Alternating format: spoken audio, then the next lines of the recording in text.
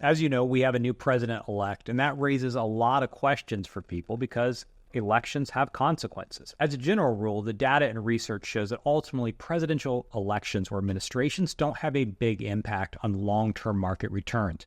Markets go up under Democrats and markets go up under Republicans. But as I said, elections have consequences, and the policies of various administrations will have an impact on your financial life.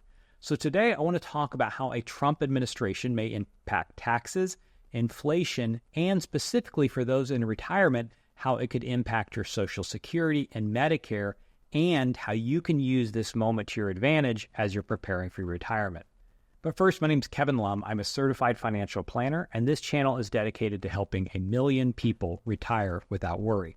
Now, before I dive in, I should give you a little bit of a caveat and let you know I'm recording this much later in the week, and so I won't have time to send this off to an editor, so I won't have any great B-roll with people sitting there counting piles of money. I don't know where the editor finds all those clips, but there won't be any B-roll or nice subtitles at the bottom to help you follow this content, but hopefully you'll still be able to follow along. I want to first talk about the economic impact of a Trump administration, particularly around taxes and inflation.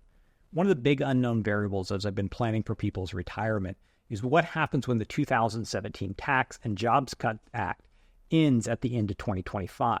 Well, now that we know that Trump is returning to office and it looks like Republicans are going to control both the House and the Senate, it is highly likely that those tax cuts are going to be extended. And so that provides a bit of clarity as you're planning for the future. Now, we still don't know for sure what's going to happen, right? They still have to either reauthorize the 2017 tax cuts or come up with a new tax bill, but it's highly likely that we will see tax cuts continue. And that leads me into the second topic that I want to talk about, and that's inflation. The day after Trump was elected, we saw something really interesting. The stock market seemed thrilled. It exploded to the upside because tax cuts are great for spurring economic growth and ultimately for businesses. But at the same time the stock market was celebrating, the bond market was sounding alarm bells, and the yield on the 30-year Treasury spiked, even though the Fed was about ready to cut rates more. So what does this tell us? Why is the stock market up and the bond market down? Well, bond markets are concerned that economic growth and potential tariffs could cause inflation because tax cuts, at least in the short term, can spur economic growth because more money is in the financial system. More money in the financial system also has the ability to put upward pressure on prices. And if you combine that with tariffs, there's a real chance that we could see inflation. And so that's why you saw the fear in the bond market, while at the same time you had celebration in the stock market. Now, it is still too early to know the impact of any of these policies, but that's what we're seeing. That's why we're seeing the stock market up and the bond market down. One financial paper I read said that they expect Trump to spend money and cut taxes without restraint. And their belief was that tax cuts and spending by a Trump administration will drive inflation expectations up and bond prices down. And if you think I'm wrong about spending, just look at the previous Trump administration. They approved $8.4 trillion of new 10-year borrowing during his first term. Now, that number is only $4.8 trillion if you exclude the CARES Act and other COVID relief. On the other hand, President Biden, in his first 3.5 years in office, approved $4.3 trillion in new 10-year borrowing, or about $2.2 trillion if you exclude the American Rescue Act. Now, to be fair, I'm concerned about inflation no matter who is in office for a number of macroeconomic reasons, not the least of which is a skyrocketing debt that I think may eventually end up causing a debt crisis. And if you face a debt crisis, the easiest and the best way to get out of that is by devaluing your debt. And how do you devalue debt? You inflate your way out of it. And so I think inflation is a real concern as we look into the future. So as you're preparing for your retirement or as you're preparing for your financial future, I think rising inflation needs to be a part of the calculation. Now, just as an aside, and I'll talk about this more in just a moment, but if you are preparing for retirement or you want a chance to rebalance your portfolio, spiking bond yields and a skyrocketing stock market are a great opportunity for you. And I'll talk about that just a bit more in a moment. So first of all, on taxes, I think it is highly likely that the Trump administration and a Republican Congress will keep the current tax cuts enacted and maybe even cut taxes more. But I also think that it may potentially cause future inflation. The next issue is Social Security and Medicare, and a lot of people have had questions about this.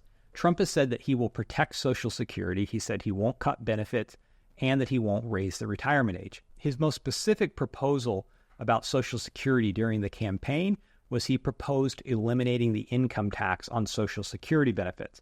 Now, the tax planner side of me that is working with clients trying to plan around tax and Social Security, I love the idea of getting rid of tax and Social Security.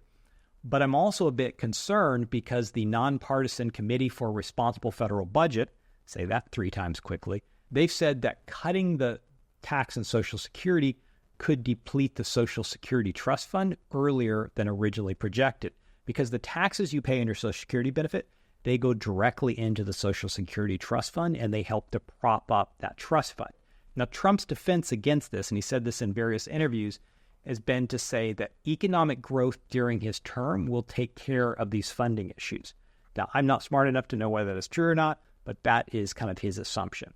One of the other interesting things that came out during the campaign that I think is going to be a benefit to retirees is both the Trump campaign and the Harris campaign really pledged to prioritize home care benefits. And so I think we're going to start to see a bipartisan shift to allowing more home care benefits, which for some may help reduce the need for long-term care. Trump has specifically said he would provide a tax credit to help offset the cost of home care for people who are caring for an aging family member.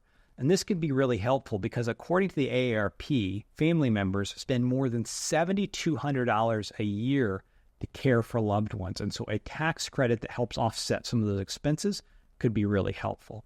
Now, Trump hasn't said a lot about Medicare, so I don't have a lot to say on this particular issue. But what I do know is that Trump and his previous administration and congressional Republicans have long been proponents of Medicare Advantage plans, which is the private health insurance alternative to traditional Medicare. And when he was in office before, his administration really helped to broaden these plans. Now, some people are worried that putting a lot of support behind Medicare Advantage plans is going to accelerate the privatization of Medicare under a Trump administration.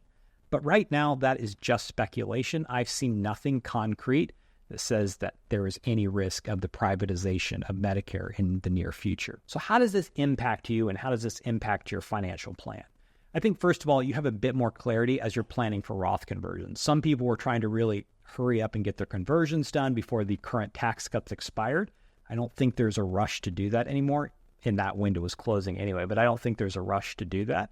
The one question that's out there is whether the SALT cap, which is the state and local tax deduction, whether that cap will be lifted or at least raised. Now, for those of you who don't know, before 2017, you could deduct federally what you paid to your state. So what you paid for property tax, what you paid in state income tax. So what you paid to your state, you could deduct from your income when you went to file your federal taxes. So it really helped benefit people in high tax states like New York and California. But in the 2017 tax cuts, one of the ways that they help fund it is they put a cap and says you can only deduct the first $10,000 that you pay to your state and local government. But there's been some pressure from inside the Republican Party, particularly as some Republicans have been elected in high tax states like New York. We have a very tight margin in Congress, and they're going to have a lot of influence. And so I think we could potentially see the SALT cap lifted or raised. Now, that could impact your Roth conversion positively if you're in a high tax state. Now, right now, we have no idea, and we won't know for a while, but that is something you want to keep an eye on. Now, the other thing practically you should think about, if you are preparing for retirement or you want to rebalance your portfolio, you have a unique opportunity because stock prices are at an all-time high, but also bond yields are way higher than they've been for a long time. And so if you want to rebalance your portfolio and sell some stocks and buy some bonds, bond prices are down, meaning you can lock in a higher yield, and stock prices are really high. So this is a really great time. If you want to go from 100% equity to an 80-20 portfolio or a 60-40 portfolio, you're able to lock in higher long-term bond yields, which is really helpful in your retirement planning. Also, if you want to have inflation-protected bonds, TIPS in your portfolio, those yields are higher right now. And so it's a really great time to evaluate your portfolio, maybe take some risk off the table, rebalance some things as you're planning for retirement. And so if you need to rebalance your portfolio as you move into retirement, or you just want to rebalance in general, this is a great time to be able to do that because you have higher bond yields and you have a skyrocketing stock market. And so it could be a great time to rebalance that portfolio. Okay, I'm going to leave it there. I could keep going, but the longer I talk, the more I verge into speculation because honestly, we just don't know exactly what's going to happen. But I wanted to give you a few issues to keep your eye on over the next few months and few years that are going to impact your long-term retirement planning. Now, I don't talk a lot about bonds, and bond prices are really confusing, but I did a video probably 6 to 8 months ago on bond prices, and it's a bit dated, but I think there's some information that might be useful to you, so you can watch that next.